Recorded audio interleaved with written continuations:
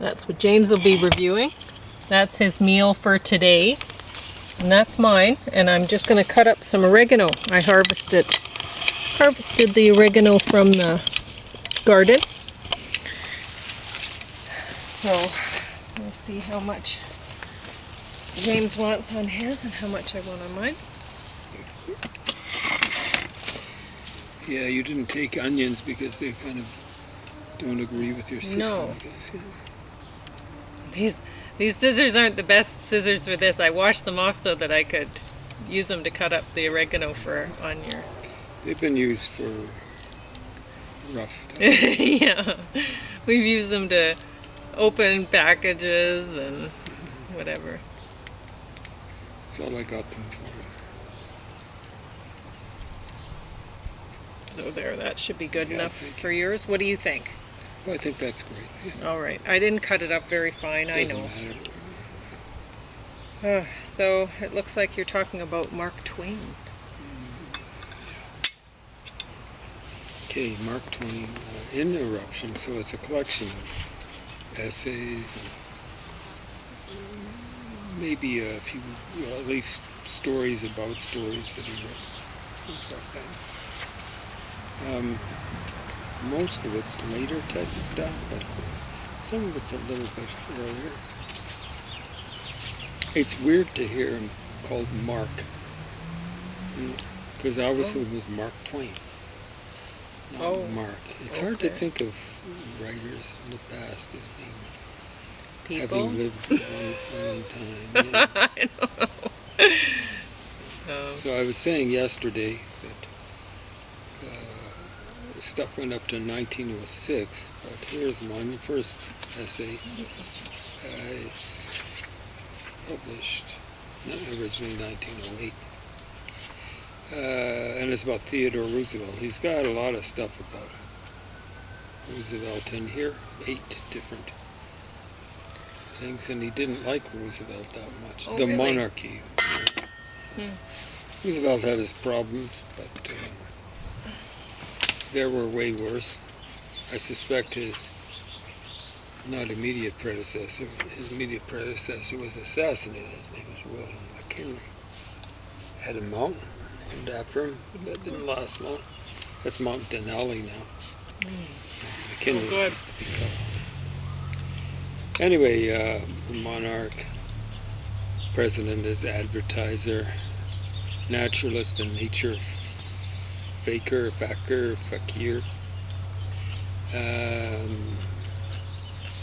Domitian, probably comparing him to the Empire.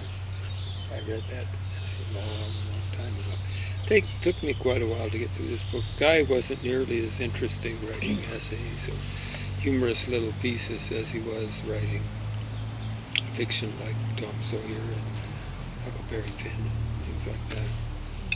I read those, of course, when I was a kid. I liked those quite a bit. Maybe they're more kid stuff, I don't know. Anyway, Twain's supposed to be a humorist, and when he's writing these essays or little pieces, it's not, I think he thought it was irony, but it's more just sarcasm and stuff like that. It's fairly obvious. So then he goes, well, Theodore Roosevelt, I mean, he was a Republican back when the Republicans were half-decent fellows. Abraham Lincoln, for example, was a Republican. And he at least tried to free the slaves. He didn't free them of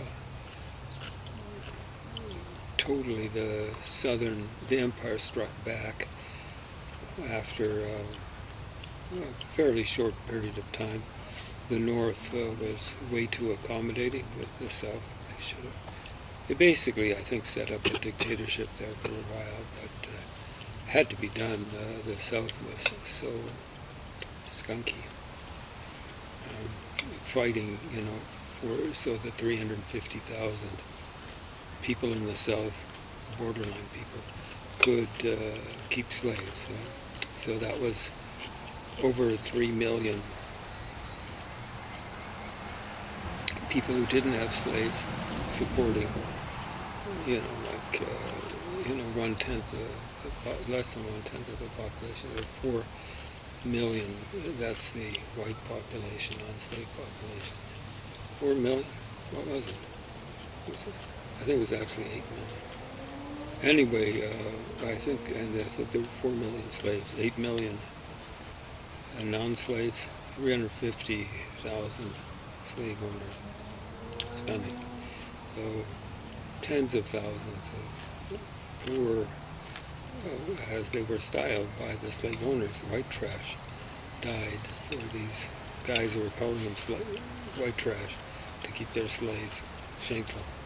And one of their Confederate leaders, a guy called Nathan Forrest, he was one of these dashing cavalier types on horseback, doing all sorts of raids, and it's easy to go capture people when you're on horseback and stuff like that.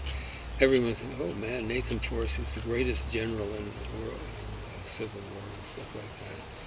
Yeah, he captured a lot of people, had a few losses, because you got huge mobility by comparison with people who are on foot. But was it under him they did one thing where they massacred a bunch of people they'd captured already as scumbag. But it's rumored, and I suspect there was more than a little to the rumors, that he was the head of the KKK, head of the Ku Klux Klan, after the end of the Civil War.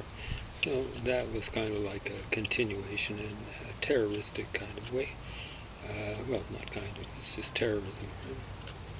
So one of the big heroes of the South, big heroes actually. So Teddy Roosevelt, this guy's kind of cynical about Teddy Roosevelt's attempts to break up the trust, supposed trust buster. I think Teddy was actually semi-sincere. Why would he be breaking up the trust when they'd be the main people giving money to run campaigns? He didn't have to do that. Like, who was maybe the most powerful guy in the world back then? A guy called Rockefeller. And Rockefeller used to own, I guess it was called Standard Oil. But that's why we have Standard Oil of California, Standard Oil of New Jersey. I don't know if the Standard Oil was broken up by kind of like state in Roosevelt's time, but he set that process in order. It might have been his successor, Taft's time.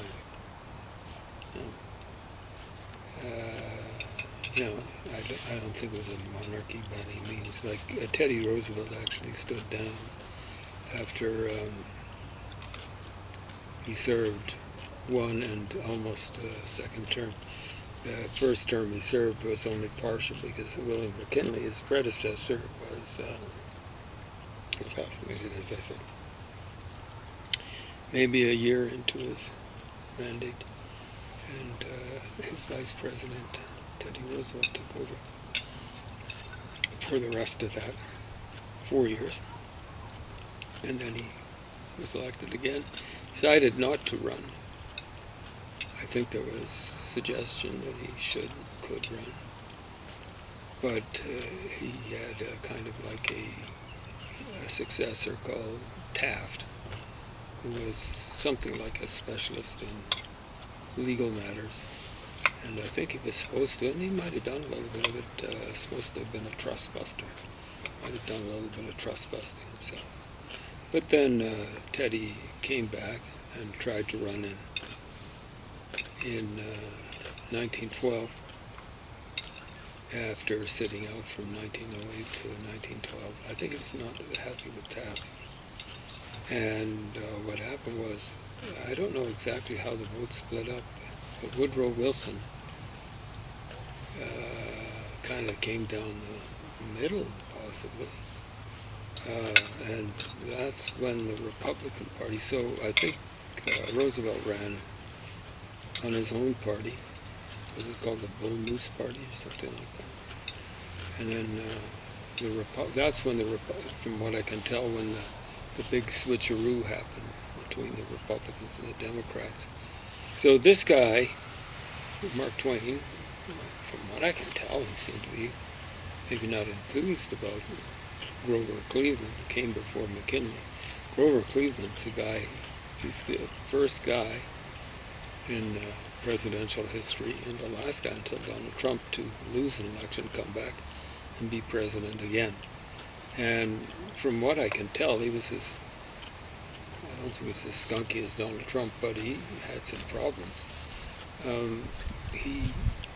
It's amazing to look into how many guys who are Southern politicians and generals in the Civil War who ended up serving in Grover Cleveland's administration, where they should have been serving.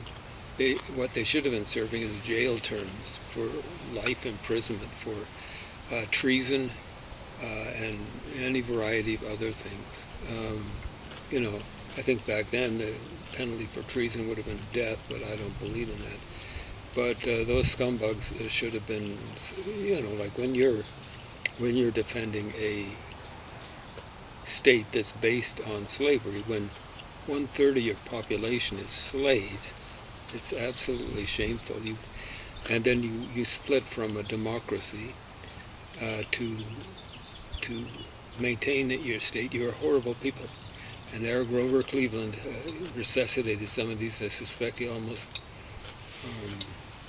exhumed some of them. And I hadn't realized how bad he was, in those sorts of terms. So he was a Democrat back when Democrats were real scumbags. Now, Woodrow Wilson, everyone said, oh, he was a racist, all that sort of stuff. Well, he came from Virginia, and he came from inland Virginia, too. I think he actually came from around where the University of Virginia is. Or was that Charlottesville? Somewhere around there. It might have been Charlottesville itself. And that's well inland. I don't know why they have the university there. It should be on the coastline. I mean, most universities of any sort of stature have access to water. I never really thought about that until now. Like Harvard's in the Boston area. Strictly speaking, it's Cambridge. MIT, the same place, Cambridge. Columbia University, that's Ivy League. That's in New York. You got Yale. It's in New Haven, Connecticut. That's a port. There's one in Massachusetts. I keep forgetting which it is. Is it Dartmouth or something like that? Amherst. That's considered Ivy League. That's inland. Brown University. It's Ivy League. It's in Providence, Rhode Island. Rhode Island, basically. It's all coast. It's so small. It's the smallest state. It's basically Providence and a few other places that are basically suburbs like Newport, and so on and so forth. Not very highly rated, but like all the Ivy League universities are highly rated, but not as highly rated as Harvard and Yale, so on and so forth. Is Cornell. That's definitely inland in New York. Princeton's definitely inland in New Jersey. It's in between Philadelphia and New York. Philadelphia, I'm sure, has ports, or has a port, has docks and all that sort of stuff. It's kind of like on a big estuary, and that's where the University of Pennsylvania is located. That's another Ivy League institution. So how many have I covered? 1, 2, 3, 4, 5, 6, 7, 8. I've covered all 8. So all but 2 of them, and those are kind of relative flunky things, are on the coast. So now there's some fairly highly rated universities, but not really. Inland in North Carolina, in Durham. What is it? Durham University, some Big Forest, something like that. Chicago, that's got access to water, and ever since the St. Lawrence Seaway was put in, it might as well be an ocean port, just like the same thing with Toronto. So University of Chicago is kind of like Ivy League equivalent, probably top 20 in the world, really, not just in the United States. Stanford University, it's just south of the San Francisco Bay Area. The top-rated Catholic university in the United States is, I believe, UCLA. Not UCLA, USC. Notre Dame is a bit of an exception, although it's not that far away from Lake Michigan. It's in South Bend, Indiana. They used to manufacture Studebakers there, I think. But yeah, UCLA is one of the top-rated public universities in the United States, close to the top 20. Well, Los Angeles actually is a port. What's another one? Berkeley. That's in Berkeley, which is I believe it's just north of Oakland. Oakland has a port in the San Francisco Bay, and so on and so forth. So, it's. I think most of the universities would be not inland. So why would you put the University of Virginia so far inland? Charlottesville.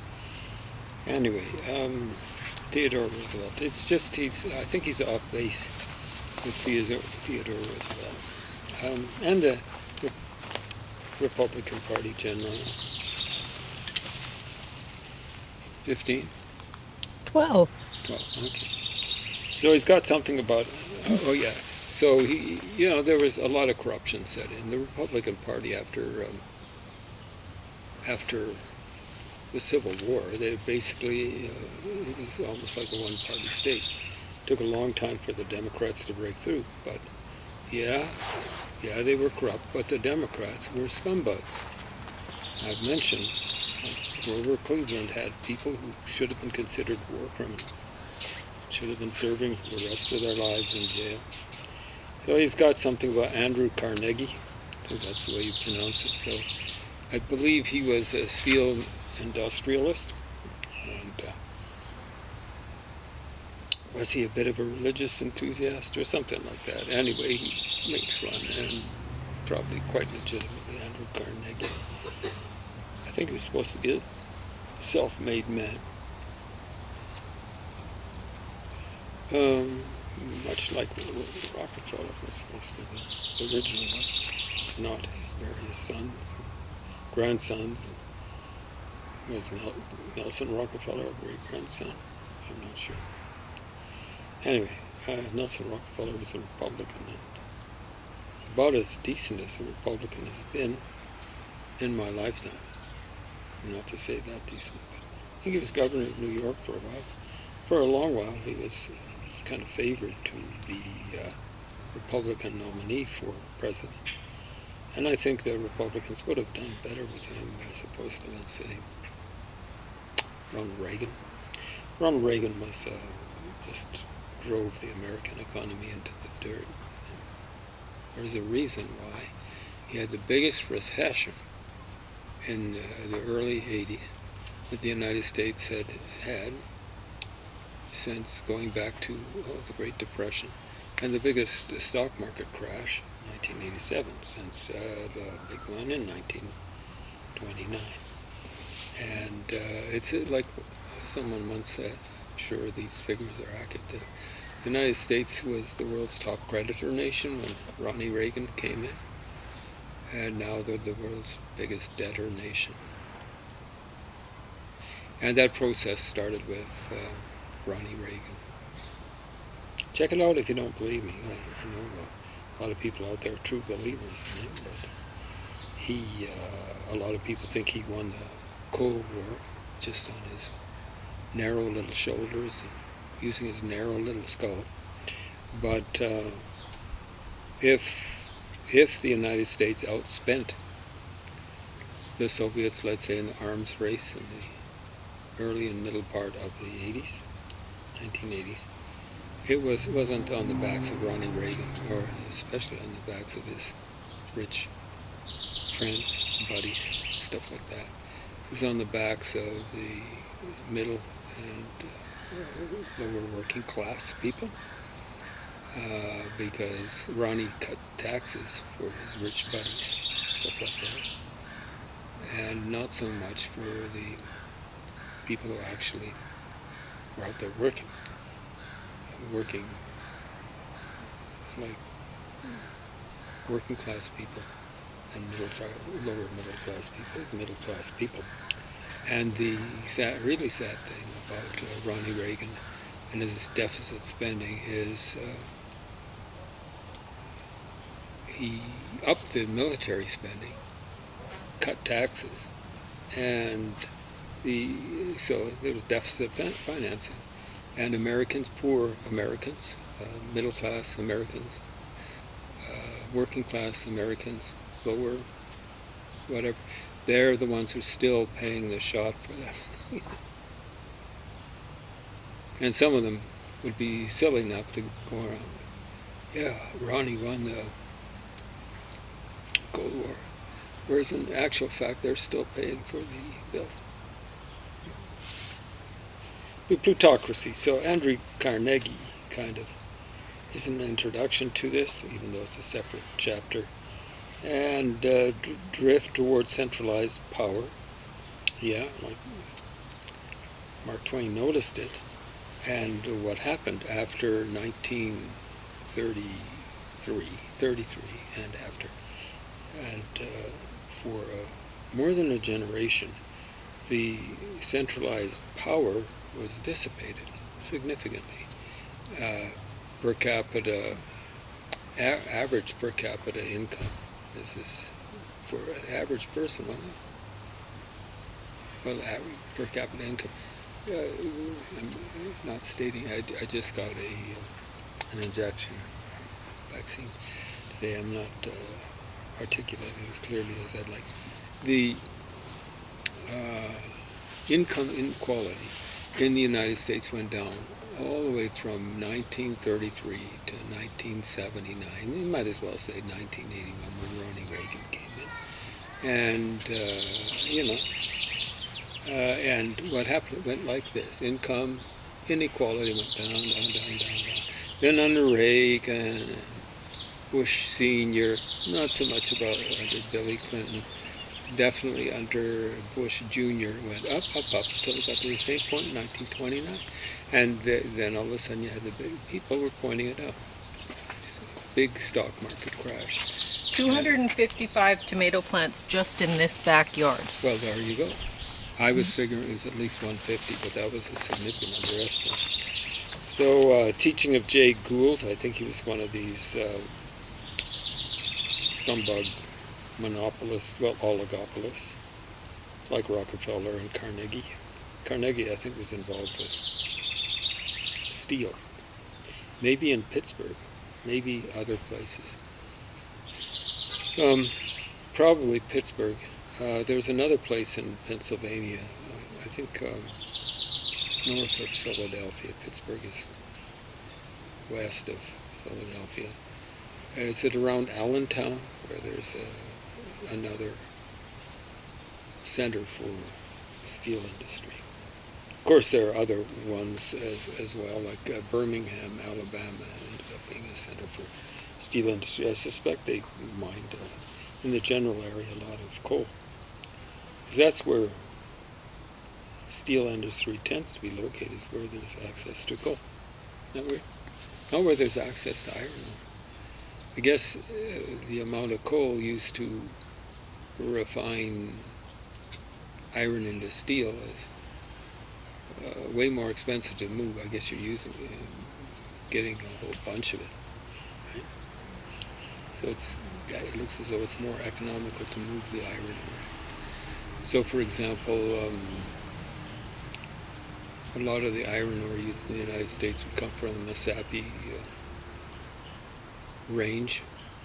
I don't know if it's that mountainous, but it's in Minnesota, and must get shipped through Duluth at the head of Lake Superior, and then be sent down to various sorts of places. How would it get to Pittsburgh? That's interesting. That'd have to be overland.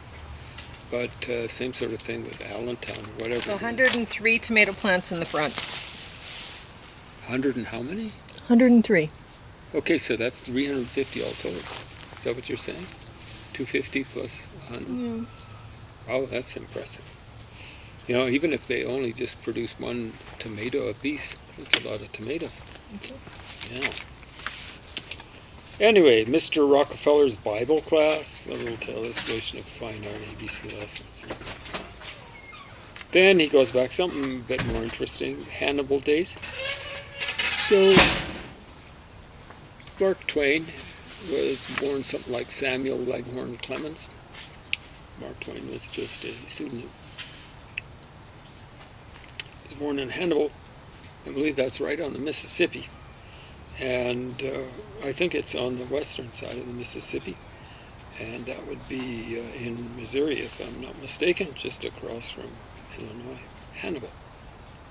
It's still on a map nowadays, not very big. So he's got a few things about that. And then he's got some stuff, two halos. This is an interesting chapter because he talks about the American Publishing Company and James R. Osgood, The Jumping Frog. I think that was a story that he wrote. He was trying to get it published and got it published. James R. Osgood setting up as a publisher, General Grant's publisher, so he actually helped from the account in here to get, that's General Grant, but that's later on the American president for 2 terms, if I'm not mistaken. Ulysses Simpson Grant, I think. The S stands for Simpson. And the failure of a publisher is amazing. It's amazing. It's amazing how, from the account here, I'm sure it's pretty accurate, how skunky the publishers were. They were just trying to rip everyone off, including Mark Twain. What a bunch of scumbags. But you know, I wasn't expecting much better. I know what happened to the Beatles. You know, like there was a music publisher, I think his name was Dick James, who basically stole their publishing rights for a song. 5 minutes? 2. 2 minutes. And then in a writer's workshop, when a book gets tired, humorous, 1601, a Connecticut Yankee, that'd be In King Arthur's Court. That's a novel. It's fairly short, actually. I think it's a novel. He's got it listed like it has a story. Then various literary people. He's got a fairly funny sort of expose or whatever of a guy called Bret Hart. I guess he was a contemporary writer. He has something in here about Kipling and other writers who seem to be unknown entities. Then last visit to England. And it's kind of interesting, you know, like here's Mark Twain, who maybe died around a little after 1910 or something like that. But he's got, one of these chapters is about Winston Churchill. They actually met Winston Churchill. And you know, when you think about Mark Twain, when I do, I think, okay, it's kind of like the past. But the past tends to overlap with your own past. Just turned 27. I just turned 21 now. I just turned 71. And I can remember Winston Churchill's funeral. You know, this kind of overlap. Mark Twain, Winston Churchill. Mark Twain met Winston Churchill. And then Winston Churchill made it well into my lifetime. So there's this kind of continuity. Winston Churchill, I suspect, was a little bit older than my granddad. My granddad was born 1882, somewhere around there. He was